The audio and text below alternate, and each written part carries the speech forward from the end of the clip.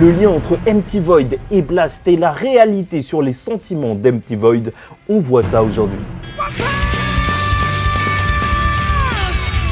Mesdames et messieurs, ici Chaz et on se retrouve aujourd'hui sur la chaîne secondaire Saya Chaz le Phoenix, la chaîne où il y a des reviews pour la review du chapitre 208 de One Punch Man. Récurrence, je vous rappelle qu'on a rattrapé les anciens chapitres, le lien est en dessous de la dernière review, mais quoi qu'il en soit, ça y est, on a l'histoire des deux partenaires. Je vous rappelle que cet arc, c'est l'arc des partenaires entre Flashy Flash et Sonic. Et là, entre Empty Void et bien sûr notre très cher Blast. Et lors du dernier chapitre, alors qu'ils avaient fusionné entre guillemets, donc Blast a eu accès à la conscience d'Empty Void. Et c'est pour ça qu'on se place là en plein flashback. Bref, donc ce chapitre, c'est juste le début de ce flashback. On va retrouver un Empty Void qui, à l'époque, combattait un de ses disciples qui était transformé en monstre, comme lui désormais. Et c'est là qu'il a fait sa rencontre avec Blast, qui, avec sa technique surprenante, surpuissante,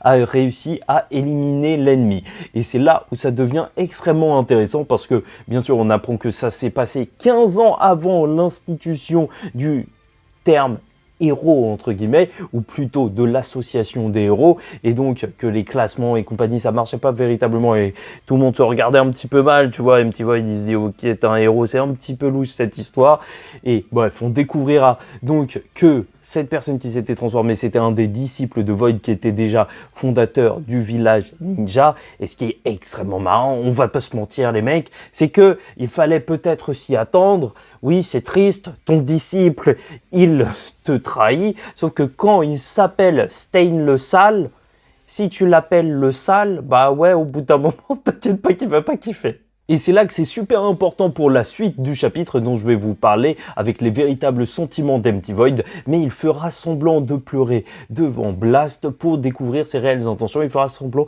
d'être un mec touché et compagnie, mais je pense qu'il ne fait pas réellement semblant et on en reparle après pour analyser un petit peu le personnage. Mais voilà, en gros, Blast a expliqué toute l'histoire à Void et Void a donc sorti sa sœur Luna, Claire de Lune, donc pour qu'elle soit avec Blast et récolte des informations sur ses ressources financières, sa technologie avancée. Il travaillait avec Stitch et un scientifique de génie. Donc l'enquête est quand même partie un petit peu loin parce qu'ils se sont mariés, ils ont eu un enfant, enfin tu vois, on te demande de faire semblant d'être amoureux de lui ou de récolter des informations, mais quand même, oh, on t'a pas demandé d'aller aussi loin, mais apparemment elle est partie aussi loin.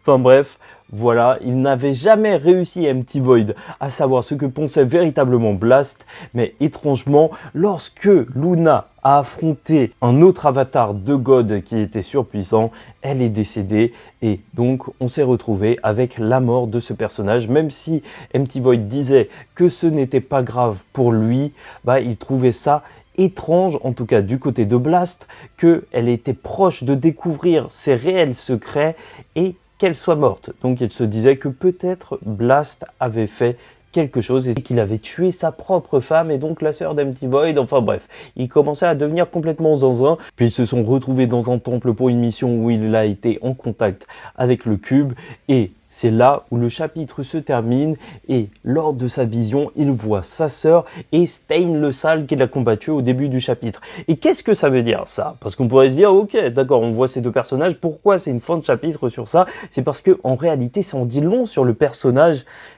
de Empty Void. Oui, très largement. D'ailleurs, je vous ai pas demandé de liker ou disliker la vidéo, commenter, donner votre avis en commentaire ou vous abonner et vous abonner même si vous n'êtes pas encore abonné. Enfin bref, donc ce que je disais, c'est que s'il voit ces personnages de la même manière que quand Flashy Flash, il a vu Sonic, bah, il a compris que Sonic, même s'il se le cachait à lui-même, bah, il était très proche de lui et de lui, il le considérait vraiment comme quelqu'un d'important. Bah là, c'est la même chose. Empty Void, il a beau dire « Oui, ma sœur, elle est morte, mais je m'en fiche, ça veut juste dire qu'elle était faible. Stain le Sale, il a peut-être fait semblant de pleurer et tout parce qu'il y avait Blast. » Mais en réalité, quand il a la vision de God, bah, qu'est-ce qu'il voit? Donc, sa sœur Luna et Stain le Sale. Qu'est-ce que ça veut dire? Je pense que c'est assez clair. C'est un personnage qui ne veut pas se l'avouer, mais qui aime ses camarades. Et c'est peut-être pour ça aussi que lors du chapitre précédent, je vous rappelle, donc il était sur le point de pouvoir tuer Blast, mais il a gagné du temps. Enfin, il l'a pas fait directement. Donc, ça veut bien dire qu'au final, au fond de son cœur, il aime bien ces personnes et que c'est un bon gars, le Empty Void.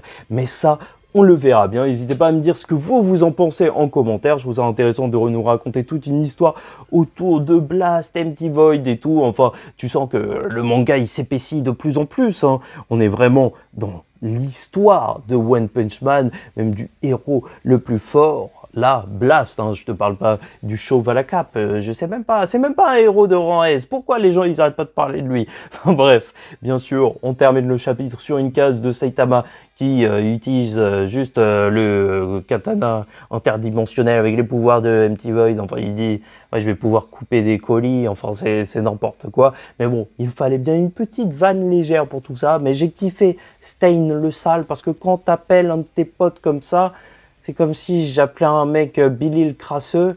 Franchement, c'est normal d'avoir des ennemis après. Enfin bref, voilà. Bon chapitre, petit chapitre d'histoire. Et en attendant la suite, est-ce que ce sera le dernier chapitre de l'année? Je ne sais pas. Moi je vous dis, tiens tout le monde, faites très attention à vous. Et surtout, paix sur vous.